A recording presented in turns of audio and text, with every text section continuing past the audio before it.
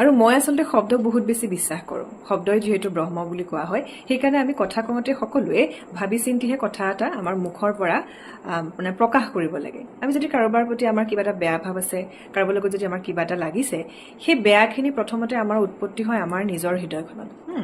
হৃদয়খনৰ পৰা উৎপন্ন হ'ব আৰু মুখেৰে আমিহে প্ৰকাশ কৰিলোঁ, তেওঁ কিন্তু শুনাই নাই। তেওঁ শুনাৰ পৰিৱৰ্তে আমি মুখেৰে উঠেৰে সেইখিনি প্ৰকাশ কৰিলোঁ, আমাৰ কাণখনেহে সেই শব্দটো শুনিলে। আৰু সেই ভাইব্ৰেশ্যনটো কিন্তু আমাৰ চাৰিওফালেহে ঘূৰি থাকিব। আৰু সেই বস্তুটোৱে কিন্তু আমি যিখিনি মানে শুনিব বিচাৰিছোঁ, তেওঁক যে গালি দিলোঁ ধৰক, সেই বস্তুখিনি আমিহে শুনিব বিচাৰিছোঁ, তেওঁতো শুনিব বিচৰা নাই। আৰু সেই ভাইব্ৰেশ্যনটো, নিগেটিভ ভাইব্ৰেশ্যনটোতো আপোনাৰ চাৰিওফালেইতো উৰি থাকিলে। আৰু এই সকলোবোৰৰ পৰা আঁতৰি নিজৰ মানসিক স্বাস্থ্যক গুৰুত্ব প্ৰদান কৰি নিজৰ মানসিক শান্তি লাভ কৰাৰ এটাই কিন্তু উপায়, এই সকলোবোৰ নিগেটিভিটি ত্যাগ কৰা। সেয়েহে প্ৰথমতে আমাৰ থিংকিং প্ৰচেছটো, আমাৰ মাইণ্ডছেটটো চেঞ্জ কৰাৰ কিন্তু অতিকৈ দৰকাৰী। কাৰণ আমি যিখিনি কথা ভাবিম, যিখিনি চিন্তা কৰিম, সেইখিনি কিন্তু আমাৰ লগত ঘটি আছে বা ঘটিব। সেই কথাটো হৈছে এটা আমাৰ চাইণ্টিফিক ৱেটো সেই কথাটো হয়, আৰু আধ্যাত্মিক শিক্ষাৰ যোগেদিও সেই কথাটোকে কয় যে আমি যিখিনি ভাবিম সেইখিনি আমাৰ জীৱনত আমি এট্ৰেক্ট কৰিম। সেইকাৰণে আপোনালোক সকলোৱে এই নিগেটিভ থটছখিনি আঁতৰি নিজক সম্পূৰ্ণৰূপে মানসিকভাৱে সুস্থ কৰি কেৱল ইতিবাচক চিন্তাৰেহে কিন্তু আগবাঢ়ি যাব লাগে।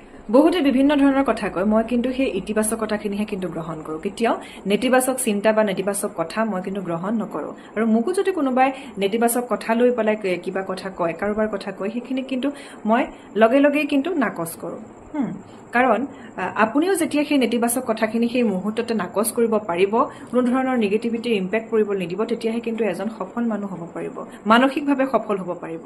আৰু যিসকলে এই আধ্যাত্মিক শক্তিৰ লগত সংপৃক্ত হৈছে, যিয়ে হিলিং লৈ পাইছে, তেওঁলোকে ইতিমধ্যে জানেই যে কেনেধৰণে এই হিলিং প্ৰচেছটো কৰা হয় আৰু ইয়াত কি কি শিকোৱা হয়, কেনেদৰে নিজৰ মানসিক স্বাস্থ্য সবল কৰিব পাৰি আৰু কেনেধৰণে এই বস্তুবোৰৰ পৰা আঁতৰি থাকিব পাৰি। সেইকাৰণে মই সকলোকে এটা অনুৰোধ জনাওঁ যে আপোনালোক সকলোৱে মানসিক স্বাস্থ্যৰ যত্ন লওক আৰু জীৱনত কেতিয়াও যিমান যি পৰিস্থিতি আহিলেও কিন্তু ভগৱানক কেতিয়াও দোষাৰোপ নকৰিব। যি হৈ আছে তেওঁ ইচ্ছামতেই হৈ আছে, যি হ'ব তেওঁ ইচ্ছামতেই হ'ব, আৰু তেওঁ কেৱল মাত্ৰ ভালৰ কাৰণেহে কৰিব, আমাৰ অনিষ্টৰ কাৰণে কিন্তু কেতিয়াও তেওঁ একো নকৰে। আৰু কাৰো প্ৰতি হিংসা, দেশ ভাৱ কোনো ধৰণৰ নাৰাখিব।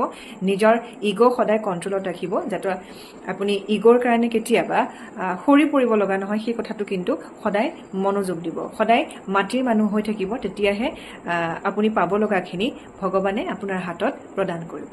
Thank U.